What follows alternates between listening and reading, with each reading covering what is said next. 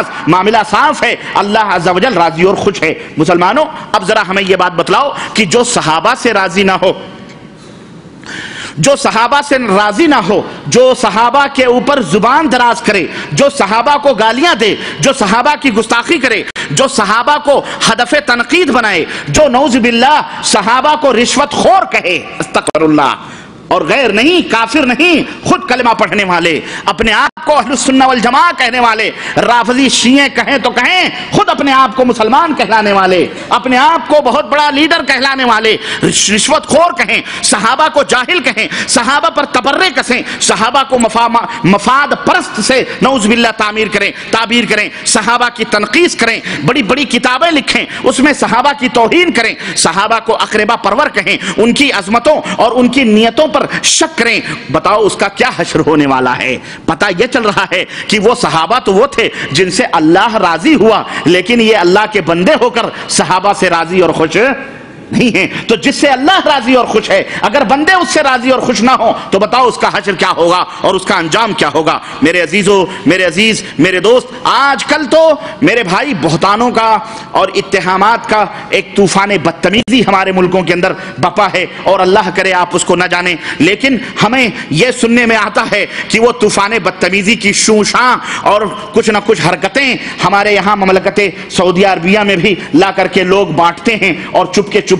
وہاں کی گند یہاں بھی پھیلانے کی کوششیں کرتے ہیں۔ اس لیے یہ بات بھی بتلا دینا میں سمجھتا ہوں ضروری ہے کہ آج لوگ ایک دوسرے کو بدنام کر کے اپنی اپنی دکانیں چمکانے کے لیے جھوٹی تہمتیں، ایک چیز تو یہ ہے کہ ہمارے اندر وہ عیب ہے، ہمارے اندر وہ برائی ہے، تو آپ ہم کو کہہ دیں کہ بھائی تمہارے اندر یہ عیب اور یہ برائی ہے، ہم اللہ سے توبہ کر لیں۔ یہی صداقت اور یہی امانت اور یہی الدین و النصیحہ کا معنی اور مفہوم ہے۔ لیکن ہمارے فرشتوں کو بھی اس کی خبر نہیں، ہمارے لوگوں کو اس کا پتہ ہی نہیں، اس کا علم نہیں، ہم نے جانا نہیں، ہم نے پڑھا نہیں، ہم نے دیکھا نہیں، نہ ہمارا وہ ایمان، نہ ہمارا وہ عقیدہ، نہ ہماری کتابیں، نہ ہمارا کردار، نہ ہمارا منہج، نہ ہمارا ایمان، نہ ہمارا وہ عقیدہ، اور الٹا آپ ہمارے اوپر یہ الزام لگائیں کہ یہ صحابہ کے گستاخ ہیں، نعوذ باللہ، جھوٹی تہمتیں لگانا شروع کریں، تو کیا حشر ہوگا؟ آپ دیکھیں، ہم بھی انسان ہیں، ہمارا بھی فرض ہے کہ ہم امت محمدیہ کے سامنے اپنی صفائی پیش کریں یا نہ کریں؟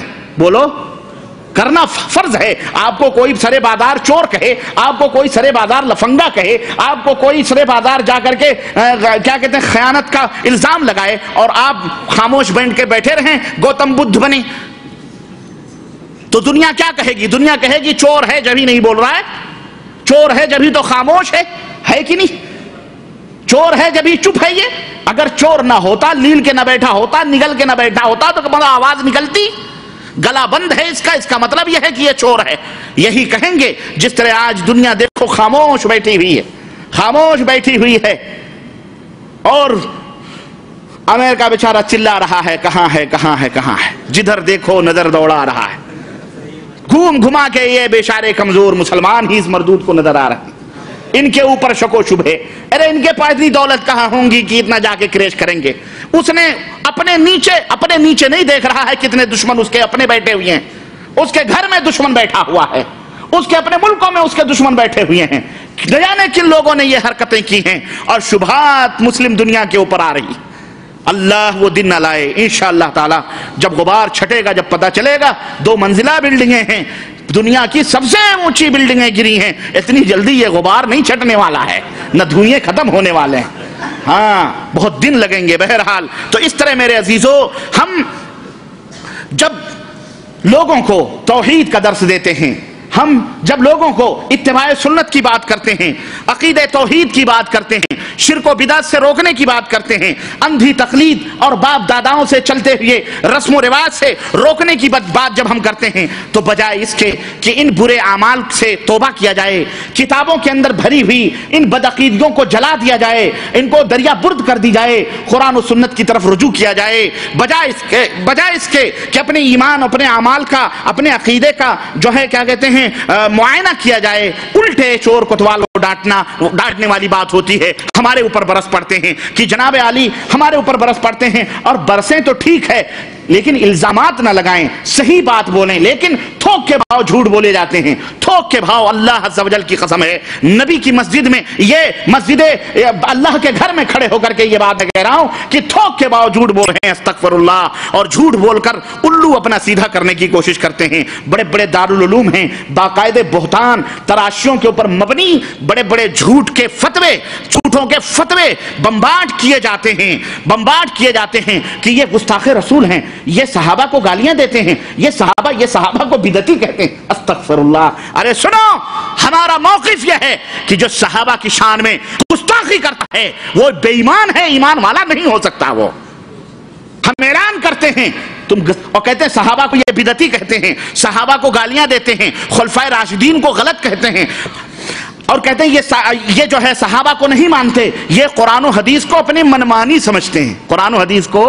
اپنے منمانی سمجھتے ہیں۔ ہم اتباع سنت کی بات کریں تو ہمیں تقلید کے بھول بھلائیوں کی طرف دعوت دی جاتی ہے۔ ہم کہتے ہیں کہ ہم قرآن و حدیث پر عمل کریں تو ہمیں غیر مقلد، لا مذہب، خارجی، گمراہ، فتنے باز، فتنہ پرور اور نہ جانے کیا وہاں بھی انگریزوں کی پیداوار ہیں، یہ غیر مقلد انگریزوں کے ایجنٹ ہیں،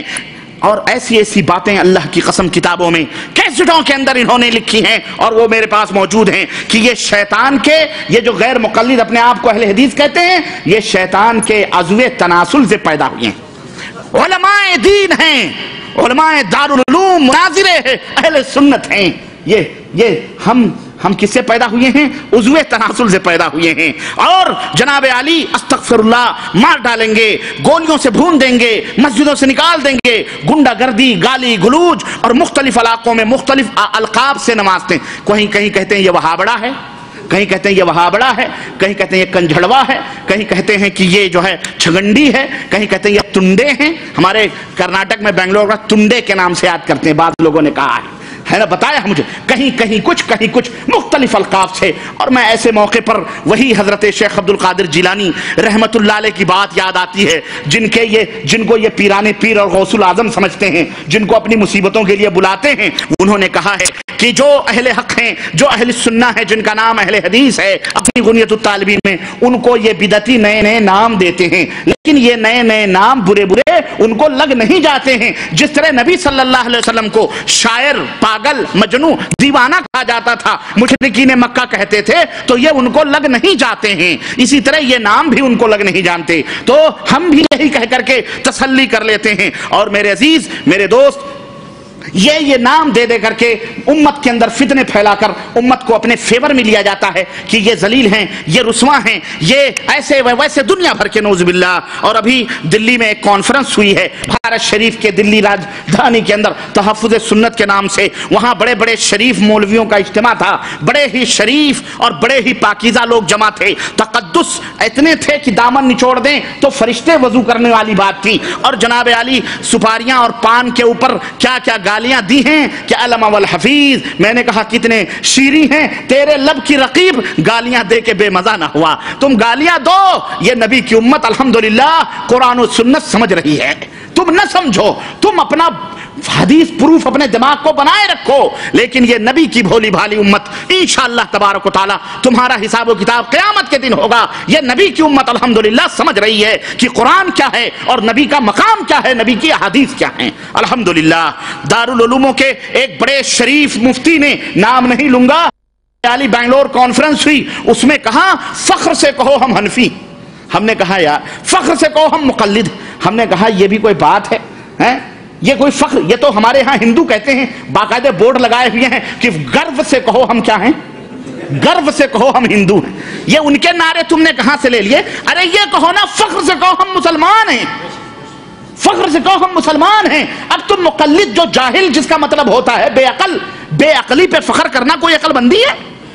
لیکن ان کو کون سمجھائے؟ مفتی ہیں۔ اور جناب علی کہا گیا یہ جو غیر مقلد ہیں، اہل حدیث جو اپنے آپ کو کہتے ہیں، یہ خارجی ہیں، یہ رافضی ہیں، یہ شیعوں جیسے عقیدے رکھتے ہیں۔ قرآن کریم کی 6666 آیتوں میں ان کا کوئی عمل نہ ان کا کوئی عقیدہ ملتا جلتا، کچھ بھی نہیں، خلاص کافر ہو گئے بھائی، جس کا عملی قرآن عقیدہ قرآن کے مطابق۔ اور ویسی اسٹیج پر ایک مولانا صاحب ندوہ شریف کے ایک مولانا صاحب نے تقریر کی اور کہا بھائیو جھگڑا کیوں کرتے ہیں، ہم سب مسلمان ہیں، لڑائی ہیں، ارے تم اہل حدیث رہو، تم ہم فلاں رہیں، کوئی بات نہیں، ہم بھی تو اہل حدیث ہیں، ہم بھی تو اہل حدیث ہیں، ہم بھی تو قرآن حدیث پہ عمل کرتے ہیں، تو اس میں جھگڑا کس بات کا؟ ہم نے کہا دیکھو ایک مولوی کہتا ہے یہ کافر ہیں، ایک مولوی کہتا ہے ہم بھی اہل حدیث ہیں، یہ بھی تو کافر ہو گیا۔